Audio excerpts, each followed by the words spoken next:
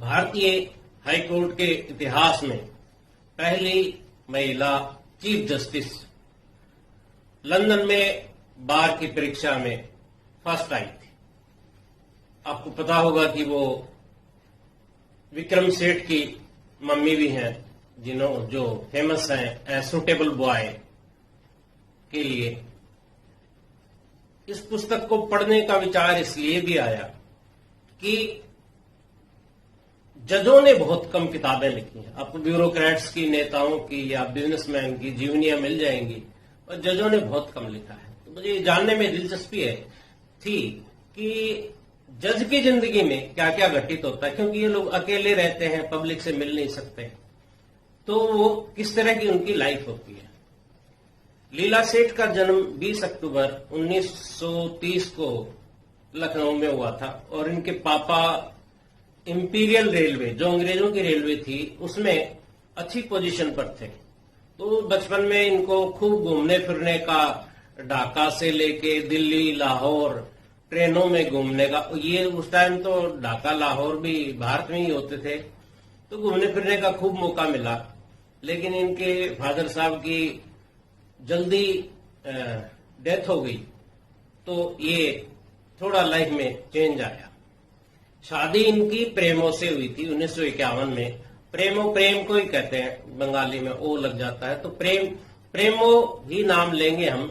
वो boot and shoe manufacturing में London गए थे डिप्लोमा करने।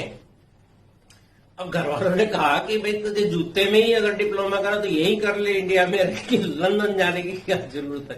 खैर ये तो होता है जो हमारी फिक्स सोच है। तो प्रेमो आए तो उनकी बाटा कंपनी में नौकरी लग गई। अब बाटा कंपनी ने इनको 3 साल के लिए भेजा लंदन। अब लंदन में ये तो काम पे जाने लगे, लेकिन लीला सेठ घर में अकेली रहती थी, तो बोर होने लगी। तो उन्होंने सोचा कि भी मैं कुछ काम ही कर लेती हूँ।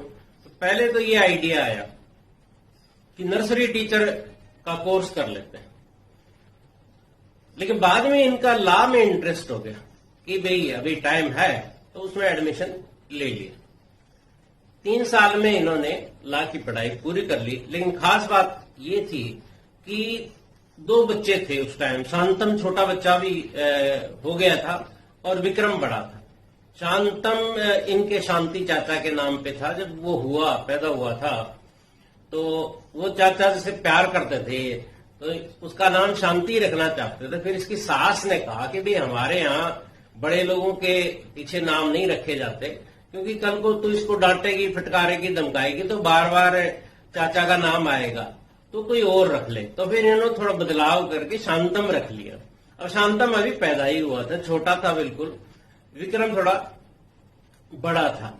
इसके बावजूद, और घर का काम भी खुद करना, लंदन में मेड तो मिलेगी नहीं आपको, 2 छोटे बच्चे, घर का काम, इसके बावजूद पढ़ाई तो करी ही, फर्स्ट टाइम। और ये चीज वहां के लोकल अखबारों में बहुत कवर हुई। और ये आगे पटना हाई कोर्ट में प्रैक्टिस शुरू कर दी, और प्रेमो ने बाटा वापस ज्वाइन कर ली। पहला केस जो इनके पास आया वो डकैती का था। डकैती का मतलब वो फिल्मों वाले बंदूकों वाले नहीं। डकैती की जो कोर्ट की परिभाषा ये होती है कि 5 या उससे ज्यादा आदमी मिलकर के अगर किसी को लूटे तो वो डकैती का केस बनता है। और डकैती का क्या था, इन्होंने अपने सीनियर, क्योंकि अभी तो शुरुआत थी, तो अपने सीनियर से बात करी कि भाई इस केस में कैसे प्रोसीड करें। तो उसने पूछा कि भाई इनकी जाति क्या है। उनको बड़ी हैरानी हुई कि भाई कोर्ट के मामले में जाति का क्या मतलब है। उनका मतलब है अगर ये एक ही जाति के हैं तो आमतौर पे एक दूसरे को फंसाने के लिए भी केस कर दिया करते हैं, परेशान करने के लिए नाम लिखवा देते हैं। तो थे भी वो एक ही जाति के। तो लीला को ये तो लग गया कि केस तो ये झूठा है, लेकिन साबित कैसे करोगे। तो अब बिजली तो थी नहीं उन दिनों, और अंधेरे में होगी डकैती। तो जो गवाह थे वो ये कह रहे थे कि हमने देखा इन 5 लोगों को लालटेन की रोशनी में देखा।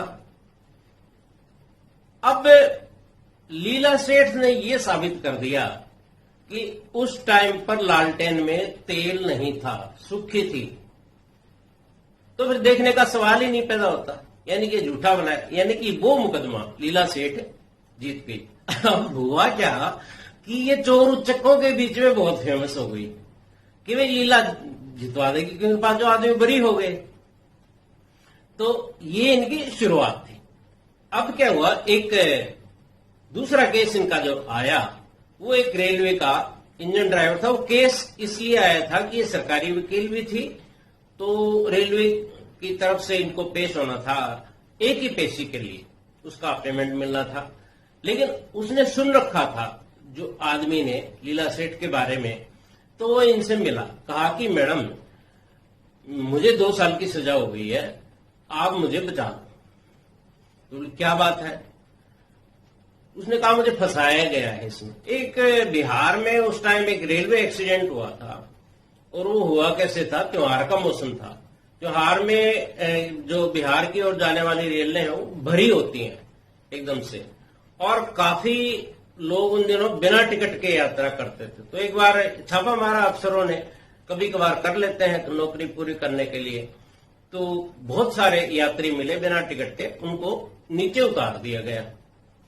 गार्ड ने हरी झंडी दिखाई और ट्रेन चल पड़ी। अब हुआ क्या कि कुछ लोग जो नीचे उतारे थे वो छतों पे चढ़ गए ट्रेन की, और गार्ड ने हरी झंडी दिखा दी, ट्रेन चल दी।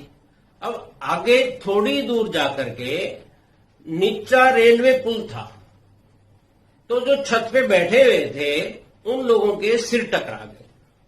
जो सोए थे वो तो बच गए, और जो बैठे थे उनके सिर फूट गए या नीचे गिर गए।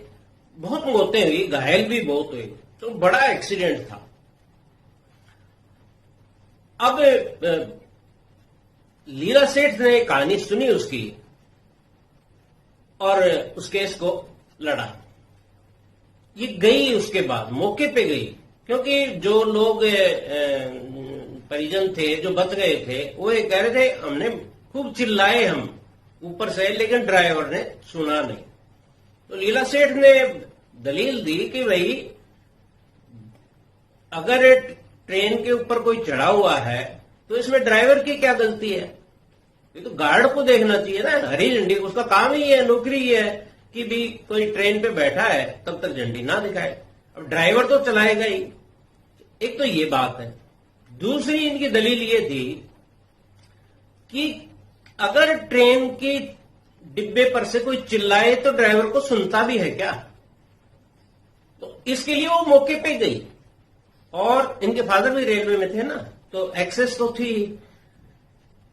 तो ये जाके देखा कि अगर डिब्बे के ऊपर बैठ के कोई चिल्लाता, क्योंकि स्टीम की रेल थी उन दिनों चलती थी, तो सुनाई नहीं देता है। तो इस तरह से उसको भी इन्होंने बरी करवा दिया। अब ये और पॉपुलर हो गई, लेकिन उसके पास फीस के पैसे नहीं थे। तो क्या किया फिर, सारे घर वालों को वो पटना लेकर के आया, और सबने वकील साहिबा के पैर छुए। यही इनकी फीस थी। लीला सेठ बिजी रहती थी, और इन्होंने बेटे विक्रम सेठ को दून स्कूल में एडमिशन करा दिया। छोटा शांतम घर पे ही रहता था। तो विक्रम एक दिन आया हुआ था, तो उसने कहा कि भाई शांतम बड़ा भाई तो जोर तो चलाता ही है ना छोटे पे, ज्ञान देता है, क्योंकि वो देहरादून स्कूल का तो नाम है। तो उसने कहा कि तू है ना अपनी अंग्रेजी इंप्रूव कर। तो क्या करना पड़ेगा इसके लिए? तो इंग्लिश का अखबार पढ़ा कर। तो ठीक है, इंग्लिश का अखबार लगा लिया। अब वो पढ़ते पढ़ते शांतम ने एक दिन पूछा कि भैया बजट का क्या मतलब होता है? अब विक्रम को भी नहीं पता था ये बात, तो उसको कह तो दिया। तो ये बोला कि ये बजट है एक पक्षी का नाम है।